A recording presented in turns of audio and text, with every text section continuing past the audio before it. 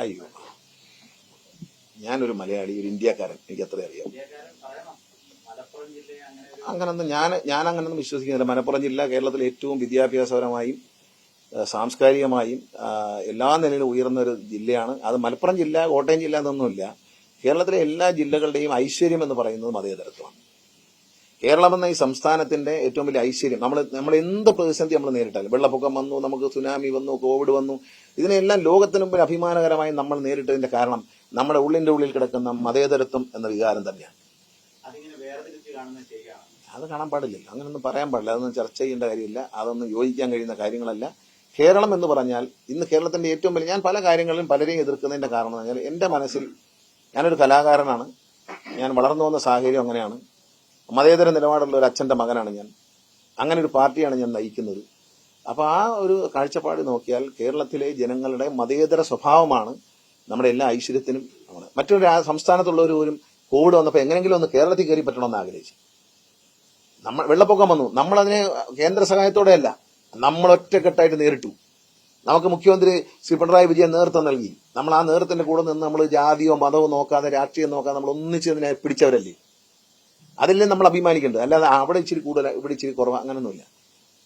ഏറ്റവും കൂടുതൽ കുട്ടികൾ, അത് ഞാൻ ഒരു ജാതിപരമായി എന്ന് കാണരുത്, മോശമാണ്. കാരണം മലപ്പുറം ജില്ലയിൽ 2001 ഞാൻ ഒരു പരിപാടിയിൽ പങ്കെടുക്കാൻ ട്രാൻസ്പോർട്ട് മന്ത്രിയായിട്ട് പോകുന്ന സമയത്ത് അവിടുത്തെ ജില്ലാ പഞ്ചായത്ത് മുന്നോട്ട് വെച്ച ആശയം, നിശ്ചിത മാർജിന് മുകളിൽ വാങ്ങുന്ന കുഞ്ഞുങ്ങളെ തൃശ്ശൂർ കൊണ്ടുവന്ന് അവിടുത്തെ ഒരു ഇൻസ്റ്റിറ്റ്യൂട്ടിൽ ചേർത്ത് പഠിപ്പിക്കാൻ ജില്ലാ പഞ്ചായത്ത് പദ്ധതി ഇറങ്ങി. 2001 കാര്യം ഞാൻ പറയുന്നത് കേട്ടോ, 24 വർഷം പിന്നിട്ടു. അതുപോലുള്ള പദ്ധതികൾ ജനകീയ ആസൂത്രണത്തിൽ നടപ്പിലാക്കിയ ആ ജില്ല പുരോഗമനപരമായ ആശയം അഡ്വാൻസ് ആയിട്ട് നടപ്പിലാക്കി. അതിന്റെ റിസൾട്ട് അവിടെ നിന്ന് ഒരുപാട് കുഞ്ഞുങ്ങൾ എൻട്രൻസിലൂടെ ഡോക്ടറും എഞ്ചിനീയറും ഒക്കെ ആയി മാറി എന്നുള്ള ആ ജില്ലാ പഞ്ചായത്ത് എടുത്ത നിലപാട് ആ ജില്ലയുടെ വളർച്ചയ്ക്ക് ഉതകിയിട്ടുണ്ടെന്ന് നമ്മൾ അഭിമാനത്തോട് പറയണ്ടേ. അന്ന് ഞാൻ ആ യോഗത്തിൽ പങ്കെടുത്ത ആളാണ്. ഈ കുഞ്ഞുങ്ങളെ തെരഞ്ഞെടുത്ത് അവരെ വിടുന്ന ആ ചടങ്ങിൽ ഞാൻ പങ്കെടുത്തിട്ടുണ്ട്. അന്ന് മലപ്പുറം ജില്ലാ പഞ്ചായത്ത് മുന്നോട്ട് വെച്ചു. അപ്പൊ അതുപോലെ ത്രിതല പഞ്ചായത്തിൽ ഒരുപാട് പഞ്ചായത്തുകൾ ഒരുപാട് പുരോഗമന ആശയമുണ്ട്. അതിലെല്ലാം ജാതി കാണേണ്ടതില്ല. ഒരു നാട് പുരോഗമിക്കുന്നത് അവിടെ ജാതി കൊണ്ടല്ല. ഇവിടെ എന്നെ സംബന്ധിച്ച് ഞാൻ പറയട്ടെ, ഈ കേരളത്തിൽ ജീവിക്കാൻ ഒരു സമുദായക്കാർക്കും, ഒരു ദളിതർക്കോ, ഒരു പിന്നോക്കക്കാർക്കോ മുന്നോക്കക്കാർക്കോ ഇവിടെ ജീവിക്കാൻ ഒരു അസൗകര്യമില്ല. ഇന്ത്യയുടെ പല സംസ്ഥാനങ്ങളിലും പോയിട്ടുണ്ട്. നമ്മൾ വളരെ വിദേശ രാജ്യങ്ങളുള്ളതുപോലെ സ്വതന്ത്രതയോടെയും അവരവരെ അവകാശങ്ങൾ സംരക്ഷിച്ചു അന്തസ്സായിട്ട് തന്നെയാണ് നമ്മൾ ജീവിക്കുന്നത്. ഈ കഴിഞ്ഞ ദിവസം അങ്ങയുടെ പഴയതല്ല കലാരംഗത്തെ സഹപ്രവർത്തകനെതിരെ നടത്തിയ പ്രതികരണത്തിൽ ഈ സോഷ്യൽ മീഡിയയിൽ വലിയ തരത്തിലുള്ള വ്യക്തിപരമായ അറ്റാക്ക് ഉണ്ടാകുന്നുണ്ട്. ഈ വ്യക്തിപരമായ അറ്റാക്ക് എഴുതുന്നവർ മനസ്സിലാക്കാത്ത ഈ വ്യക്തിപരമായ അറ്റാക്ക് ഇവൻ ജനിക്കുന്ന മുമ്പേ ഞാൻ കേട്ടോണ്ടിരിക്കുന്നത്. 2000 എഴുതുന്നവൻ ജനിക്കുന്നതിന് മുമ്പേ ഞാൻ കേട്ടോണ്ടി. എനിക്കെന്തുവാ അതിന് വ്യക്തിപരമായിട്ടൊന്നുമില്ല. ഞാൻ ആരാന്ന് എന്റെ നാട്ടുകാർക്ക് അറിയാം, ഞാൻ ആരാന്ന് നിങ്ങൾക്കും അറിയാം. ഞാൻ ഈ ഷോ കാണിക്കുന്ന ആളൊന്നുമല്ല. പിന്നെ എഴുതുന്നവൻ അറിയാത്തോണ്ട് എഴുതുന്നില്ല. അവൻ ഇതിനെക്കാളും വലിയ തീ കൂടെ നടന്നിട്ട് വന്ന ആളാണ് ഞാനെന്നുള്ള കാര്യം അവന് മനസ്സിലായിട്ടില്ല. അപ്പം എഴുതുന്നതിന് ചിലവൊന്നുമില്ലല്ലോ. അധികാരിത ഉള്ളവരൊന്നും അല്ലല്ലോ എഴുതുന്നത്.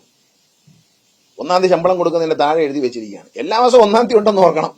അത് അവന്റെ അസുഖം എന്ന് പറയുന്നത് മാറുന്ന രോഗമല്ല, അത് ചികിത്സിച്ചാൽ മാറുന്ന രോഗമല്ല. അത്തരം ആളുകളുടെ അസുഖം ചികിത്സിച്ചാൽ മാറുന്ന രോഗമല്ല. അതിനൊന്നും മോഹലേക്ക് എടുക്കേണ്ട.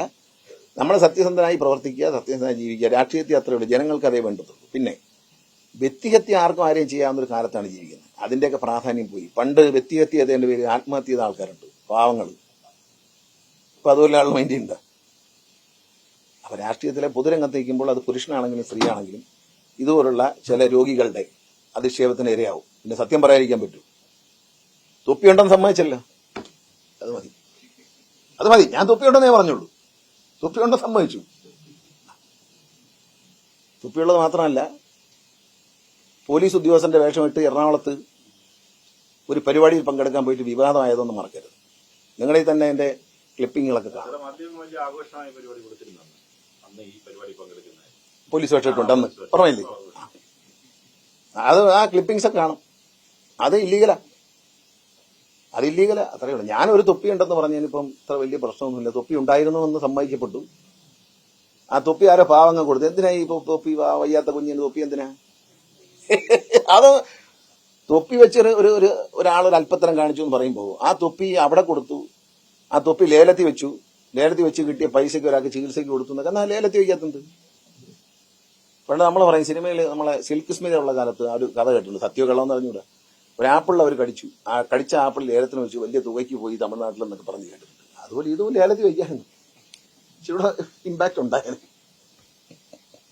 ഇനി ഉണ്ടെങ്കിലും ആ തൊപ്പി വന്നാൽ നമുക്ക് ലേലത്തിൽ വയ്ക്കാം.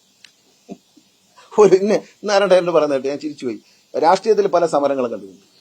പത്തനാപുരത്ത് എന്റെ വീട്ടിലേക്ക് ഇന്നൊരു ജാഥ വെച്ചിട്ടുണ്ടെന്ന് പറഞ്ഞിട്ട് എന്തിനാന്ന് ചോദിച്ചിട്ട് ആർക്കും മനസ്സിലായി. പോലീസ് ഉദ്യോഗസ്ഥന്മാരോട് ചോദിച്ചിട്ട് അവർക്ക് മനസ്സിലായില്ല, നാട്ടുകാർക്ക് മനസ്സിലായില്ല. അപ്പൊ അവസാനം ഞാൻ ചോദിച്ചു, തൊപ്പിയാണോ കാര്യം? സത്യം പറയട്ടെ, കേരളത്തിൽ ജീവിക്കുന്ന ഒരു കാര്യം ആലോചിക്കുക. കുഞ്ചൻ തമ്പ്യാർ നേരത്തെ മരിച്ചത് നന്നായി, അല്ലെങ്കിൽ അദ്ദേഹം ദൂരം ചീത്ത കെട്ടി വന്നേനെ. തമാശ പറഞ്ഞാൽ അത് മനസ്സിലാകാതെ വൈരാഗ്യ ബുദ്ധിയോടെ മറുപടി പറയുന്ന ആളുകളോട് കുഞ്ചൻ തമ്പ്യാർ നേരത്തെ മരിച്ചല്ലോ എന്ന സന്തോഷം മാത്രമേ ഉള്ളൂ. അദ്ദേഹം രക്ഷപ്പെട്ടു.